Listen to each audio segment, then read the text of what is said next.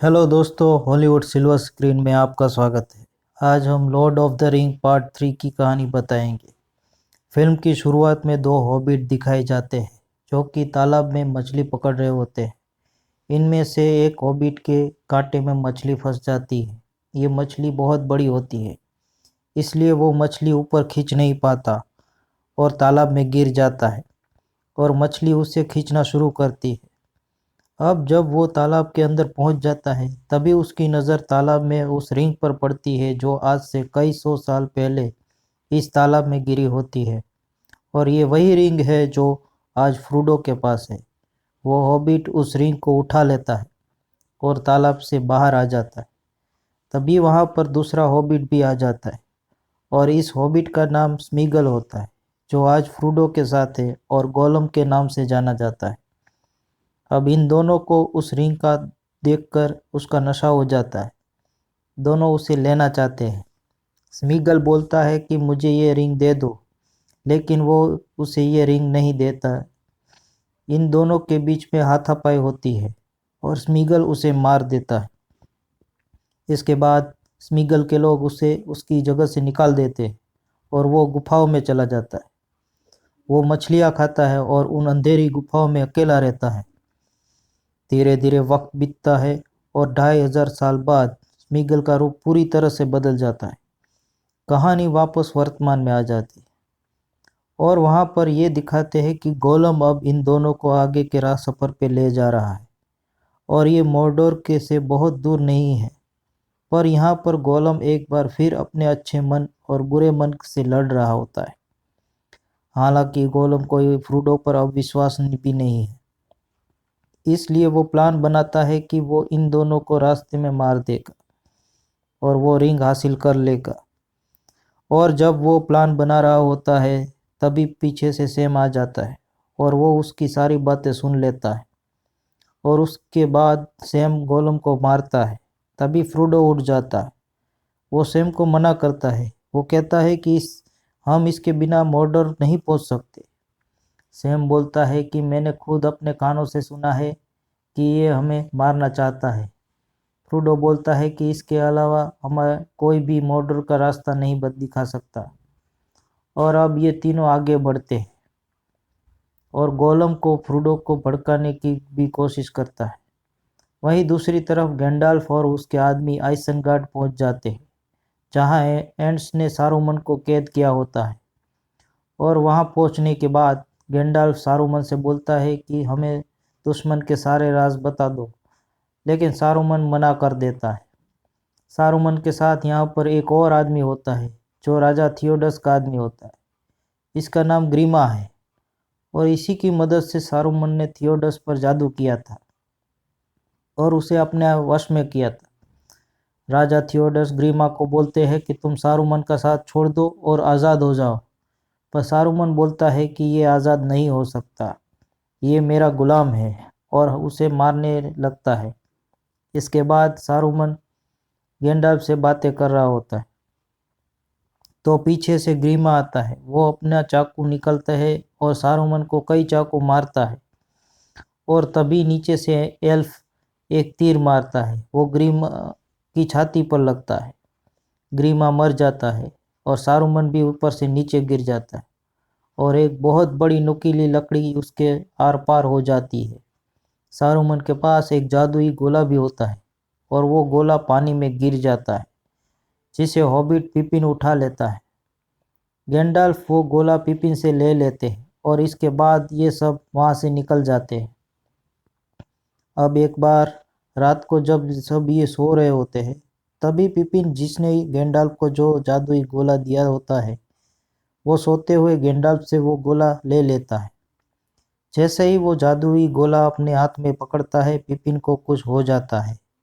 दरअसल ये सोरोन का गोला है, जिसे सारूमन सोरोन से बात किया करता था। तभी गैंडाल्फ भी उठ जाते और बड़ी मुश्किल से उस गोले को उससे वापस ले लेते।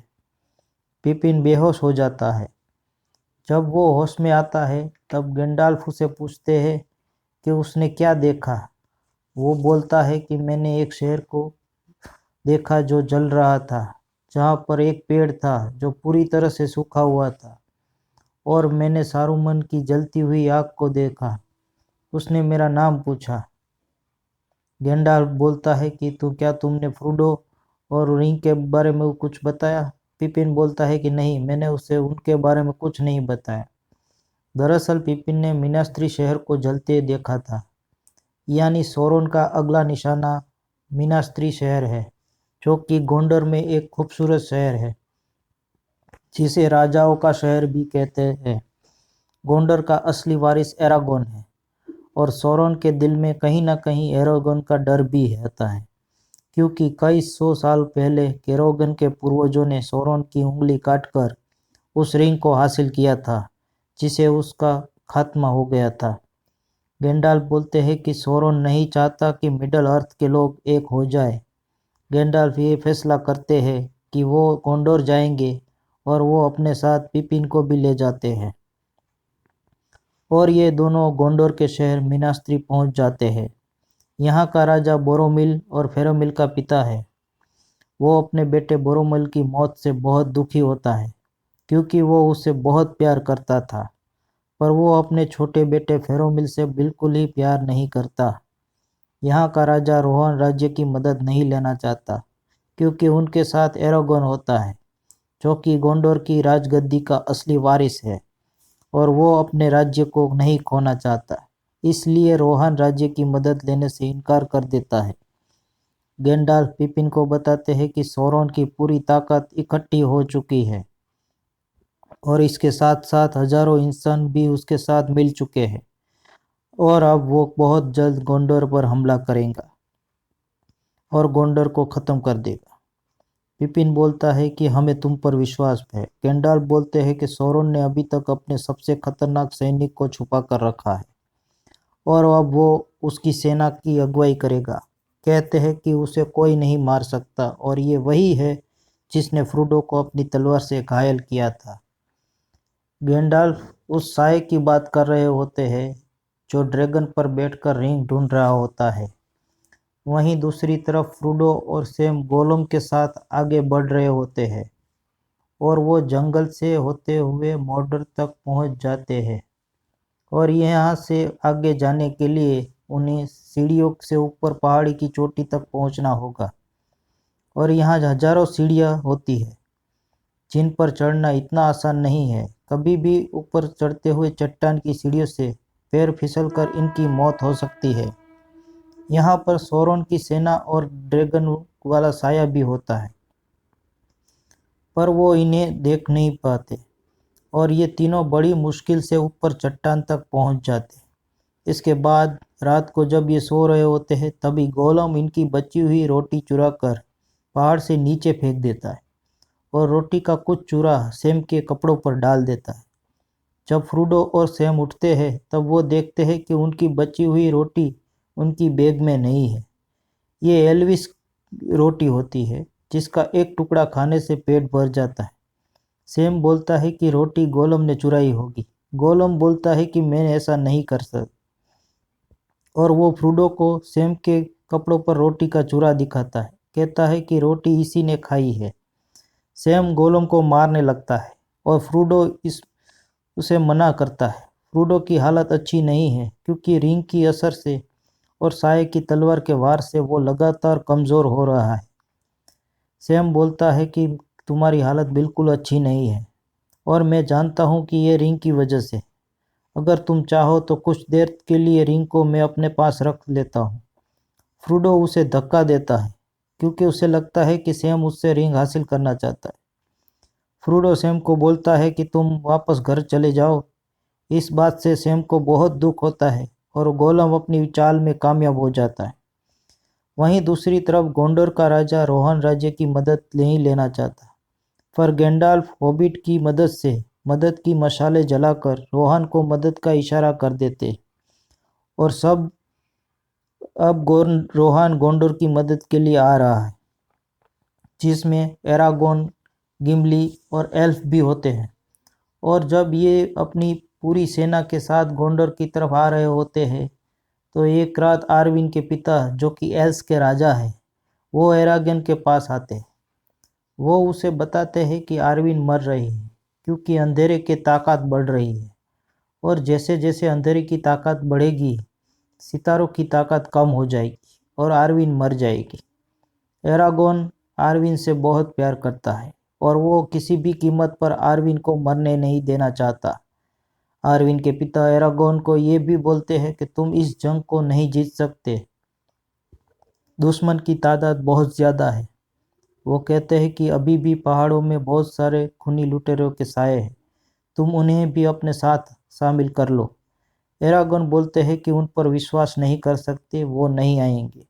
आरविन के पिता बोलते हैं वो आएंगे अगर खुद गोंडोर का राजा उन्हें बुलाए, और वो एरागोन को उनके पूर्वजों की तलवार देते हैं। ये वही तलवार होती है जिससे सौरोन का अंत हुआ था, जो टूट गई थी, पर इस तलवार को दोबारा बनाया गया। और अब एरागोन अपनी तलवार के साथ उन पहाड़ी दरों में जा रहा होता है जहाँ से आज तक कोई भी लौट के नहीं आया। गिमली और एल्फ भी उसके साथ जाते हैं। आगे बढ़ने के बाद एक आवाज़ आती है, किसने यहाँ आने की हिम्मत की?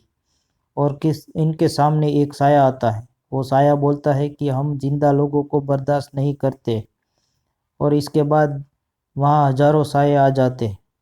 एरागोन बोलता है कि मैं तुम्हें तुम्हारे वचन पूरा करने का हुक्म देता हूँ। वो साया बोलता है कि गोंडोर के राजा के सिवा हम कोई हुक्म नहीं दे सकता। एरागोन बोलता है कि मैं गोंडोर का वारिस हूँ। सारे साये इनका साथ देने के लिए तैयार हो जाते हैं। इनके बाद जो नदी से सौरोन की सेना जा रही होती है, ये सब उस पर हमला करते रहते हैं और उस पर पूरी सेना को ख़त्म कर देते हैं। वहीं दूसरी तरफ सौरोन की दूसरी सेना, जिसपे ऑक्स भी होते हैं, वो गोंडोर के शहर मिनास्त्री पर हमला कर देते हैं। गोंडोर का राजा अब पूरी तरह से हार मान चुका है।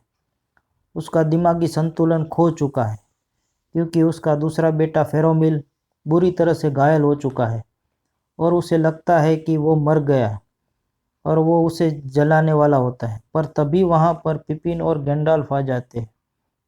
वो उसे बचा लेते हैं, पर इसी दौरान राजा खुद आग में जलकर मर जाता है। गोंडोर के बाहर सौरोन की बहुत बड़ी सेना है और ये उस सेना से नहीं जीत सकते। वो सेना गोंडोर पर हावी हो रही है, क्योंकि सौरोन की सेना में बहुत बड़े बड़े ड्रैगन, ऑक्स और बड़े बड़े हाथी होते हैं, जिनका मुकाबला करना आसान नहीं है। अब यहाँ पर बहुत लंबा सफ़र तय करने के बाद रोहन की सेना भी पहुँच जाती है। इसके बाद एक बहुत बड़ा घमासान युद्ध होता है।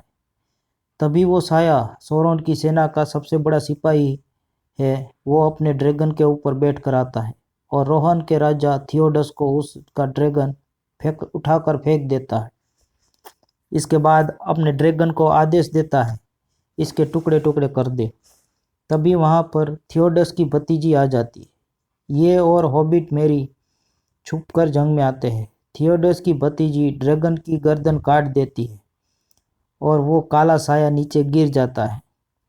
अब उसके सामने लड़की है जिसने सिपाही की पूरी ड्रेस पहनी होती। वो साये को तलवार मारती है, जिससे वो साया मर जाता है। दूसरी तरफ ये दिखाते हैं कि नदी के रास्ते से सौरोन की सेना आने वाली थी। उसके जहाज वहां पहुंच जाते। ऑक्स की सेना वहां पहले से ही होती है। जहाज से एरागोन, गिमली और एल्फ उतरते। उनके साथ होती है डेडमैन की बहुत बड़ी सेना और वो उन पर हमला कर देती है, जिसका सामना करना ऑक्स के बस की बात नहीं है। और इस तरह से एक घमासान युद्ध के बाद इंसानों की जीत होती है और सौरोन की हार, पर राजा थियोडिस की मौत हो जाती है। अब रोहान का राजा और गोंडोर का राजा मर चुके हैं। इसके बाद डेडमैन की सेना का राजा एरागोन के पास आता है और वो उससे बोलता है कि अब हमें मुक्त कर दो, तुमने हमें वादा किया था। एरागोन बोलता है कि जाओ, तुम्हें मुक्ति मिली। वहीं दूसरी तरफ गोलम और फ्रूडो आगे बढ़ते हैं और सैम वापस जा रहा होता है। अब जब सैम नीचे पहुंचता है तो वो देखता है कि उनकी रोटी के टुकड़े वहां पड़े होते हैं, जिसे गोलम ने नीचे फेंका होता है, और वो समझ जाता है कि कुछ गड़बड़ है और वो वापस ऊपर की तरफ आने की जाने लगता है। फ्रूडो और गोलम एक गुफा के बाहर पहुंच जाते हैं। गोलम फ्रूडो को बोलता है कि तुम्हें यहाँ से अंदर जाना होगा, क्योंकि यहीं एक रास्ता है। अब जब फ्रूडो अंदर जाता है तब वहाँ बहुत बड़े बड़े जाले होते हैं और वो फिर वहाँ पर एक बहुत बड़ी मकड़ी आ जाती है जो फ्रूडो को मारना चाहती है। दरअसल गोलम जानबूझकर फ्रूडो को यहाँ लाता है ताकि वो मकड़ी उसे मार दे। बाद में वो रिंग ले ले। फ्रूडो मकड़ी की आंखों से ओझल हो जाता है पर तभी गोलम उस पर हमला कर देता है और उन दोनों की हाथापाई में गोलम चट्टान से नीचे गिर जाता है। फ्रूडो अब वहां से निकलने की कोशिश करता है। फ्रूडो कमज़ोर है क्योंकि रिंग जैसे जैसे सौरन के करीब मोर्डर के अंदर पहुंच रही है वो फ्रूडो पर हावी हो रही है। अब जब फ्रूडो यहाँ से आगे बढ़ता है तो मकड़ी पीछे से आके फ्रूडो को डंक मार देती है जिससे फ्रूडो बेहोश हो जाता है। वो मकड़ी उसे अपने जाल में लपेट लेती है पर इससे पहले मकड़ी फ्रूडो को वहां से ले जा पाती सैम वहां पर आ पहुंच जाता है। सैम मकड़ी से लड़ता है जिसमें सैम की जान जाते जाते बचती है पर सैम मकड़ी को घायल कर देता है और मकड़ी वहां से भाग जाती है। इसके बाद सैम फ्रूडो को उठाने की कोशिश करता है पर सैम किसी भी बात का जवाब नहीं मिलता। तभी वहां पर दो ऑक्स आ जाते हैं। सैम छुप जाता है। वो फ्रूडो को वहां से ले जाते हैं उसके कपड़े उतार देते हैं और वो उसे मारने वाले होते हैं। तभी पीछे से सैम आकर अपनी तलवार उनके सीने के आर पार कर देता है। फ्रूडो सैम को देखकर खुश होता है उससे माफ़ी मांगता है। अब ये दोनों मोर्डर के माउंट डोन की गुफा की तरफ जाते हैं पर वहां जाना आसान नहीं क्योंकि इनके बीच में लगभग 10,000 ऑक्स होते हैं और ये बात गैंडाल्फ भी जानते हैं। इसलिए वो तय करते हैं कि वो मोर्डर पर यानी सौरन की सेना पर हमला करेंगे और ये सब अपनी सेना के साथ वहां पहुंच जाते हैं। पर यहाँ पर सौरन की बहुत बड़ी सेना होती है जिसे जीत पाना नामुमकिन है। सौरन की सेना इन्हें चारों ओर से घेर लेती है पर ये जिस मकसद से यहाँ आए होते हैं वो पूरा हो जाता है क्योंकि सौरन की सेना ये यहाँ है तो फ्रूडो और सैम को रास्ता मिल जाता है।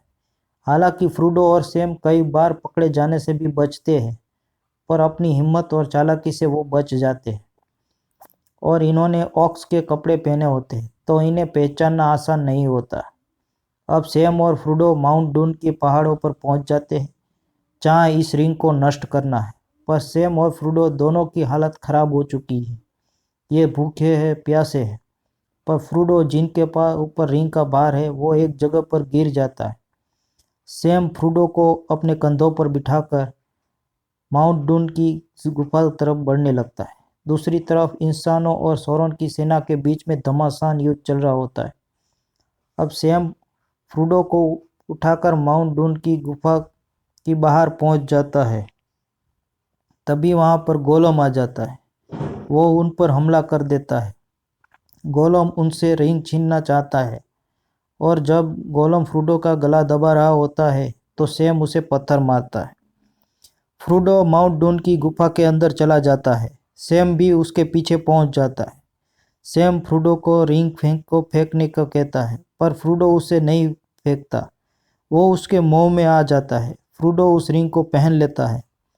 रिंग पहनने की वजह से सौरन को पता चल जाता है कि रिंग माउंट डून की गुफा में है। गोलम फ्रूडो पर हमला करता है। फ्रूडो की उस उंगली को दांतों से काटकर अलग कर देता है जिसमें उसने रिंग पहनी हुई होती है। रिंग गोलम के पास आ जाती है।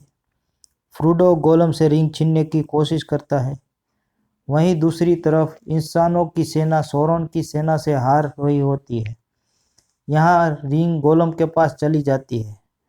अब फ्रूडो उससे रिंग छीनने की कोशिश करता है। तब दोनों पहाड़ से नीचे गिर जाते हैं। फ्रूडो चट्टान पकड़ लेता है।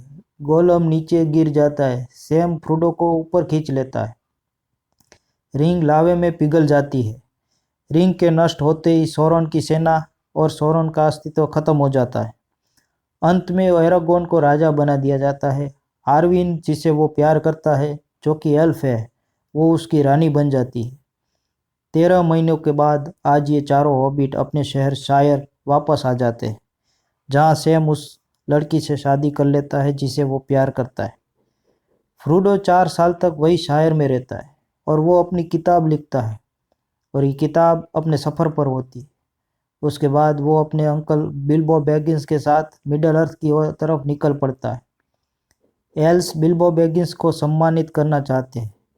बिल्बो बैगिंस को अपने साथ अपने शिप पर ले जाने के लिए 3 एल्स आए होते हैं और बिल्बो बैगिंस के साथ गैंडाल्फ और फ्रोडो भी जा रहा होता है।